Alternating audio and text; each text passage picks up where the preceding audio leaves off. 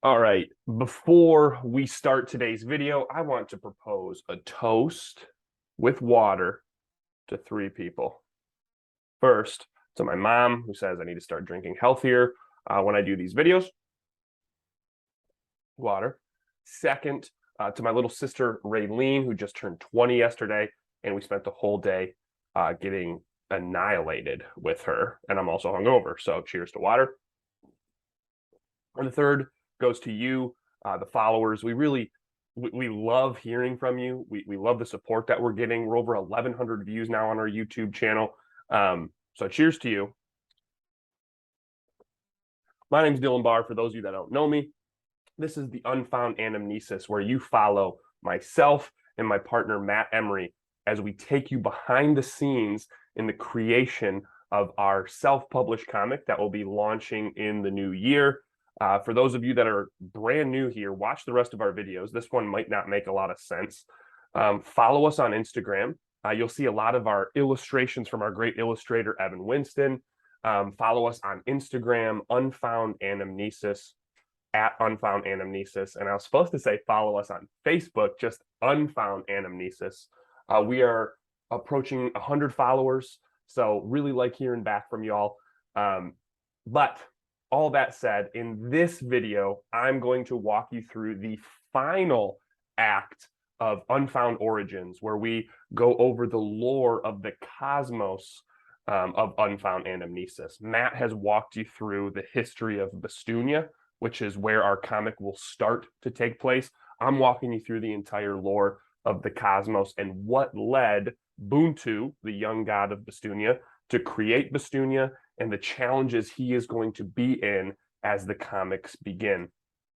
So before we go into the recap today, I've already thanked you all, but one of the things that I was reflecting on over the weekend is all of you that have followed us and continuing to view these videos, you're doing so, and we realize we have very minimal video editing skills. You're literally just listening to me, listening to Matt talk about this, and I think there's a lot of beauty in that. So huge shout out to you. I think nowadays these YouTube videos need these like really fast clips and grab your attention and then grab your attention and grab your attention, and we're losing track of just being present and listening to someone. So it's super scary on my side, but to have the support that I've had and that Matt has had for you all to continue to tune in just to listen to us means a lot.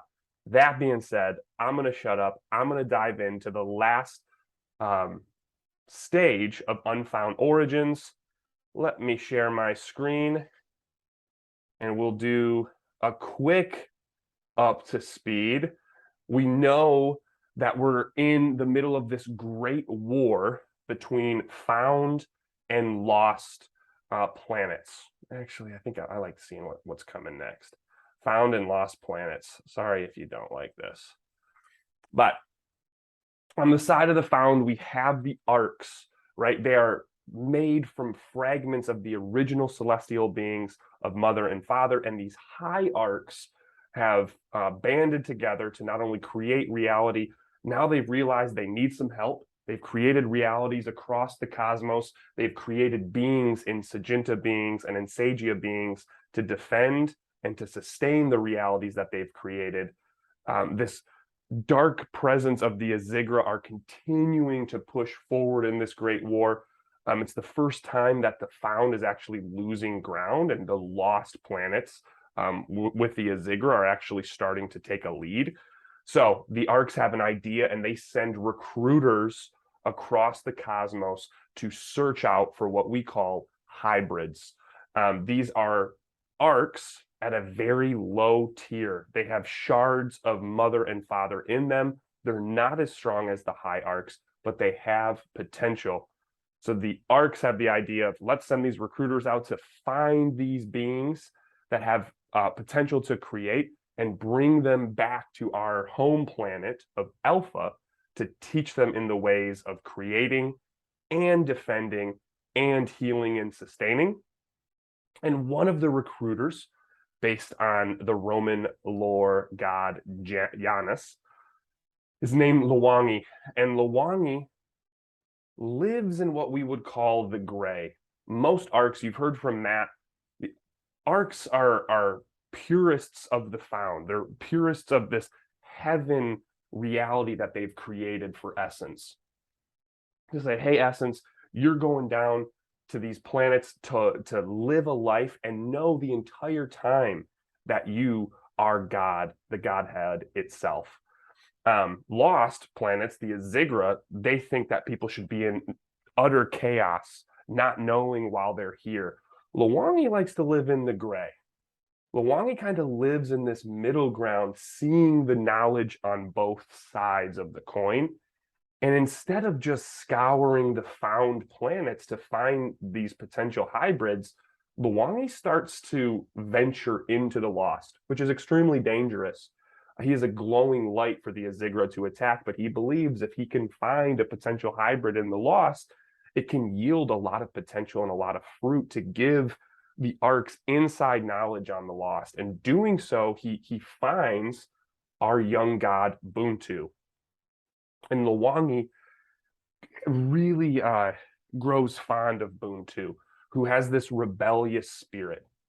Now, again, I've said this in the last video, but put yourself in Buntu's shoes. He lives in a lost planet. He grows up having no idea why he's living or existing at all.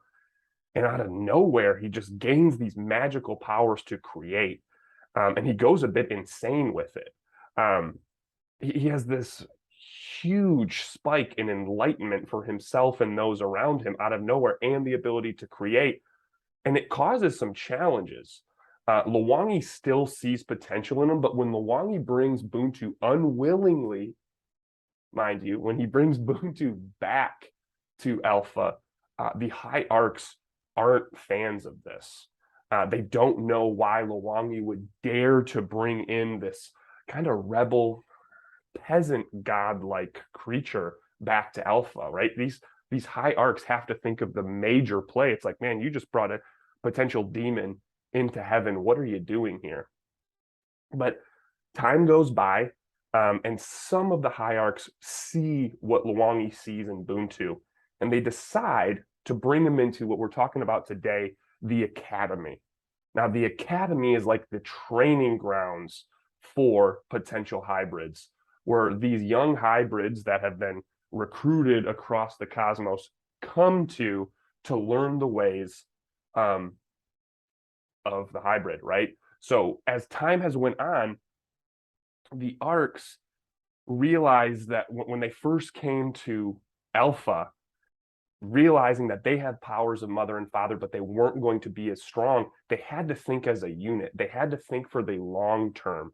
So one of the first things they did is create a great library where mother and father just acted upon their natural will to create. These Arks had to not only learn the ways to communicate with Essence, to create, to sustain, all that stuff. They also need to track all of their knowledge. They do so in the Great Library. And in the Great Library is where Buntu first really takes a liking to the potential of being a hybrid, this vast knowledge, wealth of knowledge that he has at his fingertips. As a new god that really came from nothing, he's fascinated by it. And he's able to learn so much quicker.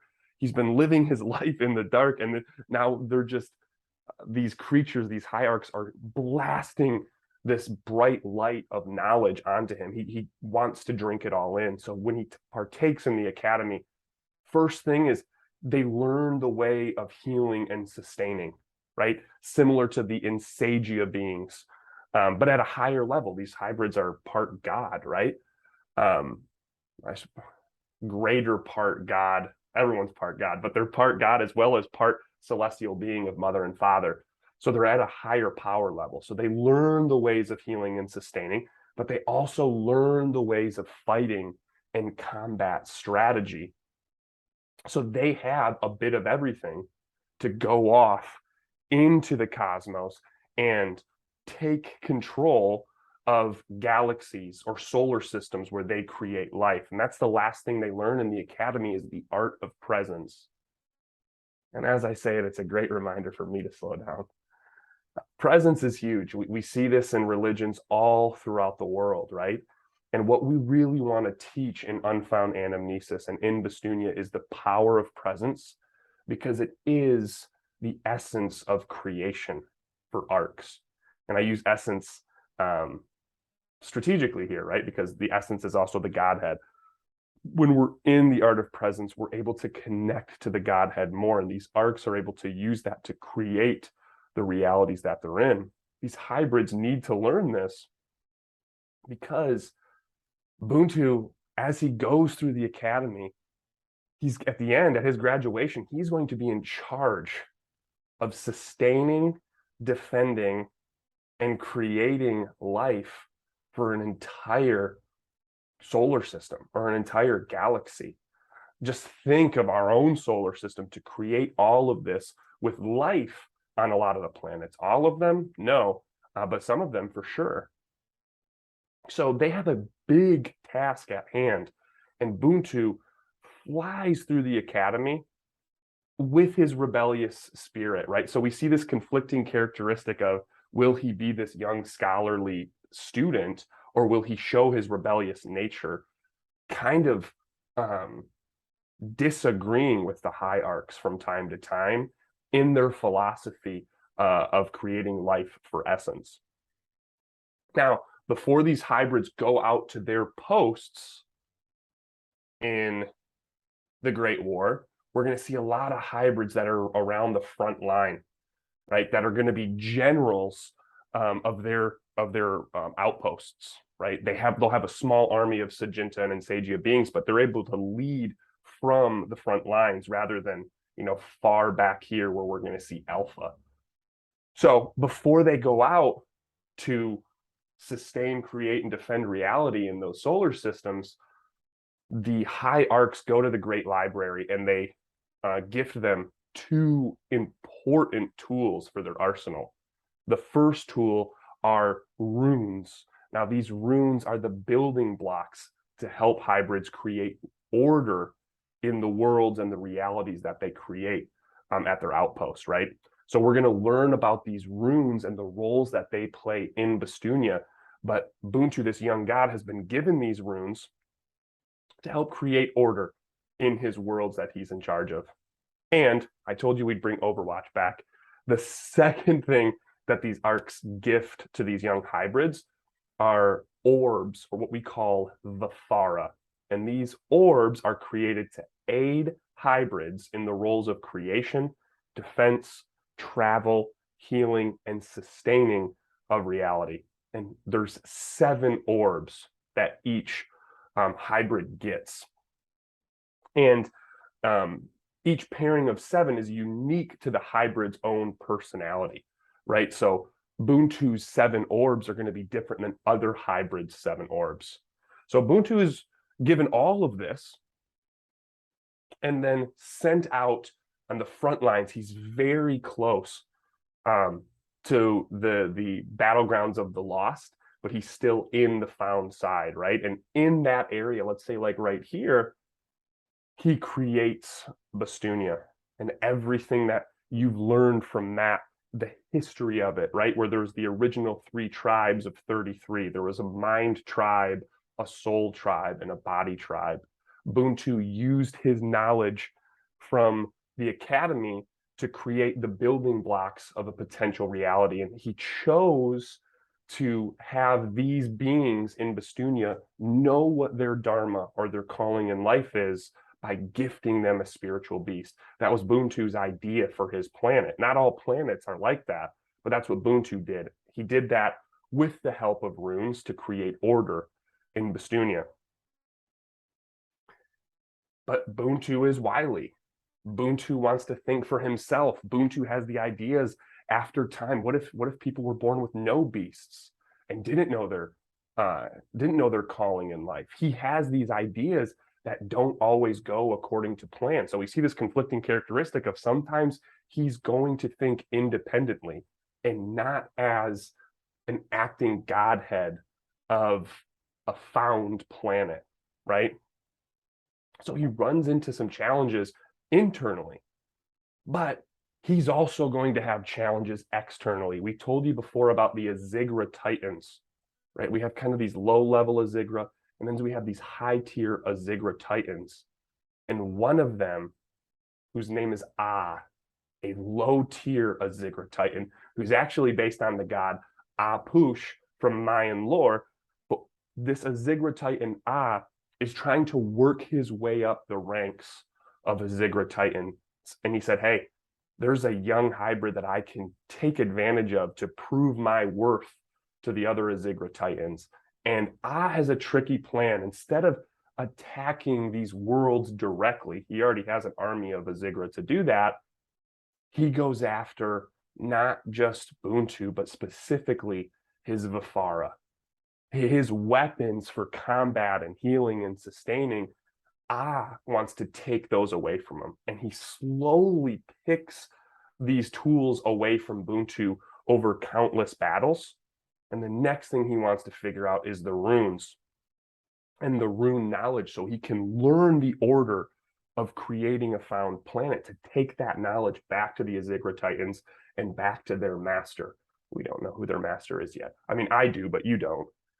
So Buntu is in trouble. He's lost all 7 pieces of Vifara, and he's getting to a point where he's going to have to give away his rune knowledge. So what he does, he's losing this battle. He's not used to losing. He's losing this battle with this great Azigra Titan. So he runs away. He has no other choice but to run away and to encapsulate himself within, he's going to hide himself within his world of Bastunia. Where does he hide himself? Within the seed that James finds at the top of the great mountain. So all these times where people thought that their God has up and left him, he had to hide. And now he is being brought. The only challenge as he put himself in this seed is he started to forget his role in the cosmos. He's defeated. He doesn't know if he has what it takes. So he does, to a point, give up, place himself in this seed. And when he pops out of this seed to be the spiritual beast for Joan, our main character, he has forgotten his ways. A long enough time has went on not living this godly life where he's kind of has this amnesia of who am I, why am I here? So we're going to be seeing his arc as he learns not only the powers that he has, but the responsibility he has as a young god.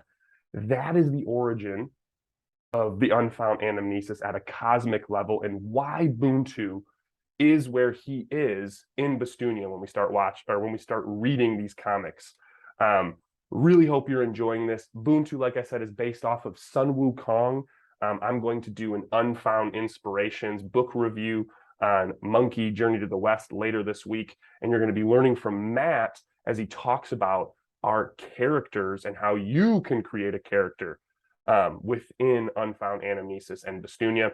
That being said, I'd love to hear back from you. What potential plot holes do you see? What do you really like about Unfound Origins? How can we get better? How can we, already accentuate something we're doing really well? So shoot a like, share this, drop a comment, any of that stuff. We appreciate you.